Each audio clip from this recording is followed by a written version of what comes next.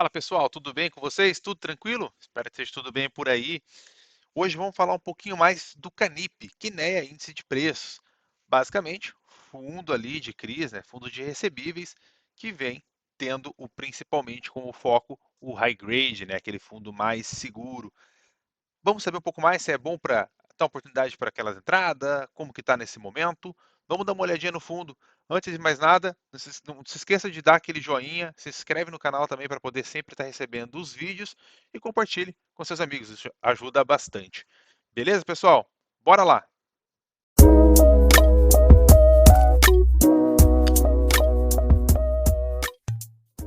Bora lá então, pessoal. Vamos falar um pouquinho mais sobre o Quineia Índice de Preço. Bom, pessoal, antes de mais nada, né, o objetivo do fundo, até como eu mencionei ali no início, é ter o portfólio dedicado à emissão de renda fixa, né, que são os CRIs, Certificados de Recebíveis Imobiliários, para poder fazer a sua geração de receita, né. Hoje é bem importante frisar, né, que basicamente a gente quando olha para o fundo de recebíveis, né, a gente vai ter que entender ali qual que é o risco que tem dentro dele, como que está essa atrelagem de risco e qual que é o prêmio que a gente tem para os recebíveis. Quando a gente olha para a carteira, né, a gente vai tentar sempre entender quais são os ativos que estão lá dentro. Dá uma olhadinha aqui no caso do fundo da Quineia. Olha os ativos que eles vão ter dentro da carteira. JHSF, que é uma empresa listada em bolsa, a gente tem auditoria, a gente consegue olhar com mais facilidade o balanço para entender se tem um risco maior aqui dentro de inadimplência. E como é uma empresa que tem um nível de segurança maior, dá uma olhadinha como que fica essa taxa IPCA mais 5,63. Então, pode perceber que é uma rentabilidade mais baixa do que alguns outros fundos que a gente consegue encontrar, basicamente pela característica dele, que é o high grade. Se é um mid grade, a gente conseguiria ter ali um IPCA mais 9, e se é um high yield, a gente conseguiria ter um IPCA mais 11, algo nessa taxa. Então, basicamente, é por uma questão mesmo de ter um nível de segurança. Então, basicamente, a gente vai conseguir olhar aqui, né? Entre os outros ativos que a gente vai ter dentro da carteira. Então, IPCA mais 6, IPCA mais 6, IPCA mais 5, Galpão Cajamar, e basicamente são dois pontos que a gente pode olhar como positivo ou como negativo dentro da própria lâmina da Quineia. Primeiramente, não tem a discriminação aqui do tipo de estruturação que foi feito esse ativo, se é uma cota subordinada, se é uma cota única, mezanino, sênior, então isso dá uma segurança melhor para a gente. E também não tem um rating aqui da empresa, somente se clicar aqui no código do ativo, aí a gente consegue acessar, aí a gente consegue ver. É melhor na hora que você clica, ele vai ter mais explanado, mas ao mesmo tempo leva bastante tempo para poder ver todos eles aqui. Se estivesse na tela, seria melhor para nós. Beleza? Então, dentro disso tudo, a gente tem aqui o resumo da carteira. Hoje, 95% praticamente do fundo aloca em título de inflação. Então, o foco dele é ter inflação, 4,8% apenas em Selic. Dessas alocações, 11,6% é ativo residencial, 21% ativo logístico, 31% em ativo de shopping e 33% em ativo de escritório. Então, basicamente, olha o que a gente tem aqui dentro da carteira, uma média das taxas ali dentro de IPCA mais 6,33. Qual que é o grande ponto? Como a gente tem hoje o fundo descontado no valor patrimonial, então a gente consegue ter uma taxa maior do que essa, a gente compra mais barato. Como que vocês têm essa ideia? Basicamente, aqui dentro da própria lâmina, esse é um ponto muito positivo que eles trazem aqui, né? Se você comprar o fundo a 94,50, você vai ter um título de IPCA mais 8,6. Se descontar a taxa de administração, é um IPCA mais 7,6. Hoje, como está aqui na casa dos 92, o que acontece? Você vai ter um título de inflação mais 9,22, se descontar a taxa de administração, inflação mais 8,22.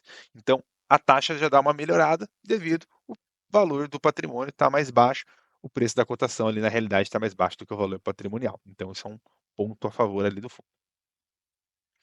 Olhando aqui mais um pouquinho para a gente poder entender como que vem sendo esses resultados financeiros do fundo, a gente percebe aqui que dentro das receitas, né, tem uma receita já mais costumeira aqui de recebíveis, né, a gente vai ter alguns meses de pico, é natural, porque como ele é título de inflação, quando a inflação ela vem um pouco mais alta no mês, ela vai gerar um recebível maior no mês seguinte, mas está dentro da média e a gente já vê aqui, ó, nos últimos meses de setembro, já caiu mais acentuado. Então, basicamente, aquele recebível mais gordo que existia acabou ficando magrinho e isso bate ali na cota, isso bate no tanto que você vai receber de dividendo.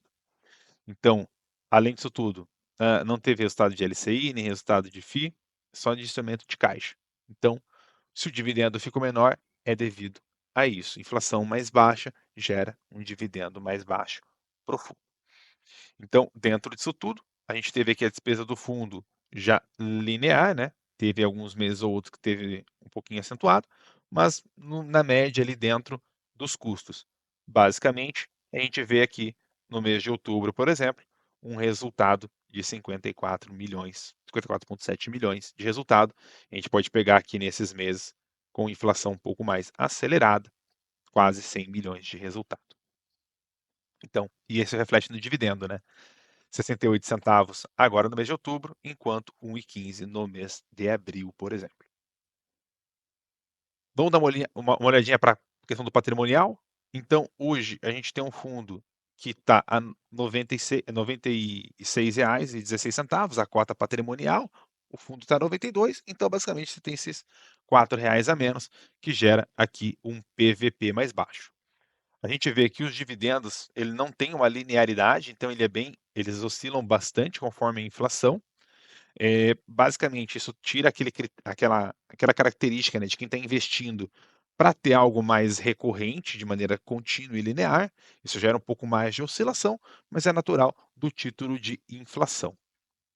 E também porque o fundo ele vai distribuindo muito de acordo com o que vai recebendo, ele não faz uma formação de caixa para ir distribuindo de maneira regulada ali aos poucos, para que não tenha essa oscilação tão forte. Isso até um ponto que talvez o fundo precisaria corrigir para ficar um pouco mais saudável e ter um pouquinho mais de linearidade, nem que deixe um recurso no caixa para poder distribuir o dividendo mais linear e a gente ter uma previsão de quanto receberia. Olhando agora aqui para a parte final, que é a rentabilidade histórica do fundo, a gente vê que o Canip entregou 81% de rentabilidade, o IFIX 78%, CDI 72% e IPCA 41%. Os títulos IMAB, que são aqueles títulos de NTNB mais um percentual, entregaram 102%. Então está abaixo dessas rentabilidades aqui no momento. Beleza?